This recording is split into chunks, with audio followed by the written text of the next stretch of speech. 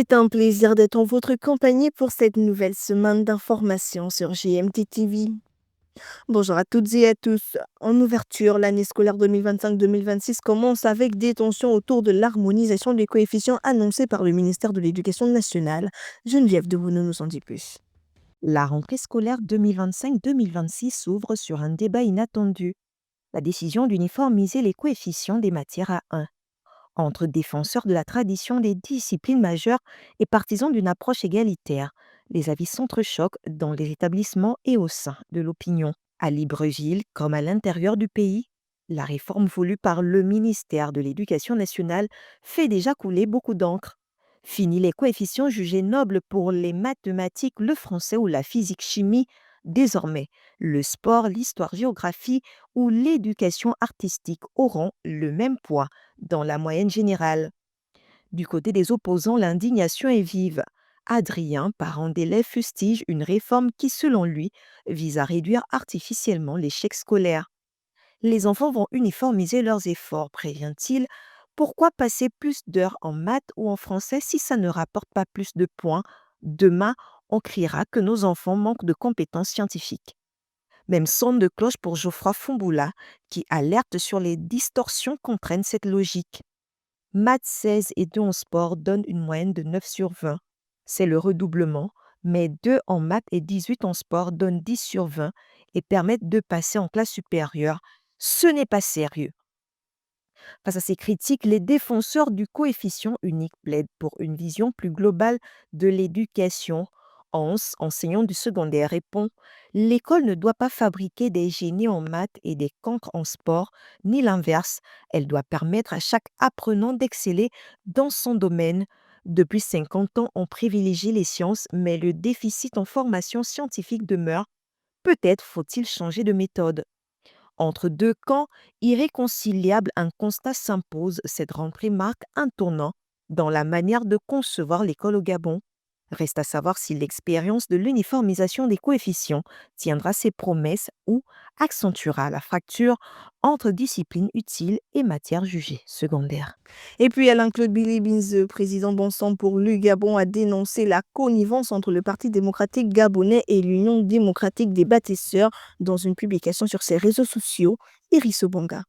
Dans un tweet au vitriol publié le samedi 6 septembre 2025, Alain-Claude Billy-Binze, président d'Ensemble pour le Gabon, a dénoncé la connivence entre le Parti démocratique gabonais et l'Union démocratique des bâtisseurs. Pour le dernier Premier ministre d'Ali Bongo Ondimba, ces deux formations politiques, loin de s'opposer, incarnent les deux faces d'un même système qui, hier encore, étouffait le pays. PDG, UDB, blanc bonnet, bonnet blanc. Deux mamelles du même mal, deux pieds d'un même désastre, nés dans le mensonge et la tromperie, c'est dans la duperie et la duplicité que ce régime s'enfonce. Proclamer le parti unique, on gagnerait du temps, a fustigé Alain-Claude Billy-Binze, ancien PDGiste, tout de même, sur X. Un propos qui fait écho aux révélations récentes, le désistement officiel du PDG de ses recours contre les candidatures UDB, signé par son président Blaise Louimbe le jeudi 4 septembre. Un document qui a mis au jour une alliance tacite entre l'ancien parti hégémonique et la formation présidentielle, née après le coup d'État d'août 2023. Cette connivence institutionnalisée, déjà dénoncée par de nombreux observateurs,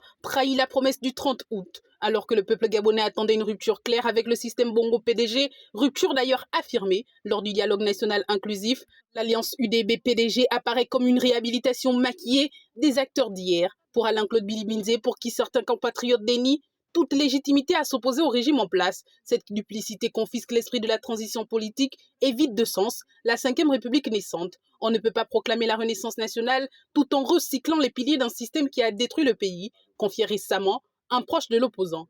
En qualifiant l'UDB et le PDG de deux pieds d'un même désastre, Alain-Claude Billy-Binze pose une question lourde de conséquences. Sommes-nous face à une coalition élargie ou à une résurgence déguisée du parti unique? La lettre du PDG, comme le tweet de l'opposant, converge vers un constat. Le jeu démocratique se réduit à une alternance d'étiquettes et non de pratiques.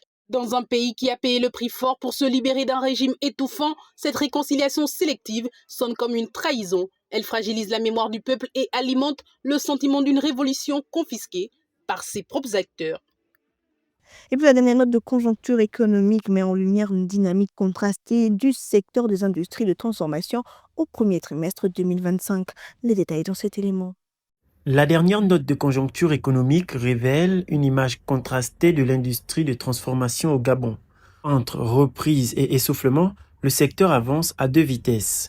Au premier trimestre 2025, la production de ciment a progressé de plus de 7% par rapport au trimestre précédent. Un signal positif porté par la relance des grands travaux. Même dynamique pour les gaz industriels en hausse de 16%, stimulé par la demande des secteurs miniers et hospitaliers. Mais derrière ces bonnes performances, d'autres filières peinent à suivre. La production de peinture recule de 7% en 3 mois, signe d'une reprise hésitante dans le bâtiment. Plus inquiétant encore, les tôles s'effondrent de 17% sur un an, freinés par la rareté des intrants importés et une demande locale affaiblie. La Banque mondiale tire la sonnette d'alarme. Le secteur reste trop dépendant de l'étranger pour ses matières premières. Elle appelle à diversifier les sources d'approvisionnement et à renforcer la logistique nationale. Le ciment et les gaz industriels montrent que la reprise est possible, mais la chute des tôles rappelle que la relance industrielle gabonaise reste fragile et dépendra d'une politique mieux intégrée et tournée vers l'autosuffisance. Dans la revue de presse de ce jour, à la une de l'Union, on parle d'un souffle nouveau à la CEEAC. Le sommet réunissant hier à Sipopo, près de Malabo, les dirigeants de la sous-région, dont le Gabonais Brice Clotaire Oligui a débouché sur la désignation du Burundais Ezekiel Nibigira comme nouveau président de la commission de la CEEAC pour un mandat de 5 ans. À charge pour lui de finaliser dans les 45 jours le processus de sélection des autres membres et d'incarner au mieux cette nouvelle impulsion au sein d'un espace aux prises avec de nombreux défis, informe le confrère. Chez l'agence gabonaise de presse, à l'occasion de la 59e journée internationale de l'alphabétisation célébrée chaque 8 septembre sous l'égide de l'UNESCO, le Gabon met le numérique au centre de sa stratégie éducative. Placée cette année sous le thème Promouvoir l'alphabétisation à l'ère du numérique, la commémoration résonne particulièrement dans le pays où la fracture technologique reste un défi majeur. La ministre d'État, ministre de l'Éducation nationale, Caméliane Tontoum-Leclerc, a souligné que l'alphabétisation demeure un droit fondamental et un pilier du développement. Elle a insisté sur la responsabilité collective des citoyens, des institutions et des partenaires pour réduire l'analphabétisme, notamment en zone rurale, lit-on chez le confrère. Et puis un consortium dirigé par le Sud-Africain Tello Group et l'Égyptien EGAD, Egyptian African Arab Co for Development, a annoncé être en discussion avancée avec le gouvernement gabonais pour la construction d'une ligne ferroviaire stratégique de 972 km. Ce tracé reliera la mine de fer de Belinga dans le nord-est du pays au futur pont en eau profonde de Mayumba au sud-ouest. C'est l'information du Gabon Actu. L'actualité, c'est aussi hors de nos frontières. En République démocratique du Congo, les rebelles du M23 ont repris dimanche la ville de Shoa dans la province du Nord Kivu après des affrontements avec les forces pro-gouvernementales selon des habitants. Shoa, situé dans le territoire de Massissi, était brièvement tombé sous le contrôle de l'armée congolaise et de la milice alliée Wazalendo samedi avant que les rebelles ne ripostent, informe Africa News. Voilà pour l'actualité, passons au verbatim. Aujourd'hui, nous sommes la première nation classée deuxième, donc quasiment assurée d'aller au tour de cadrage. Mais ça, c'est notre plan B. Notre plan A, c'est de se qualifier directement en battant la Côte d'Ivoire chez nous. Ce n'est pas impossible, c'est difficile, mais nous pouvons le faire. Le 9 doit être notre date, le 9 doit être pour nous. Ces propos sont de Thierry Mouyouma, sélectionneur de l'équipe nationale du Gabon, la source et l'Union. C'est ici que prend fin ce journal. Merci de l'avoir suivi. Restez connectés sur toutes nos plateformes pour être à l'heure de l'info. Au revoir.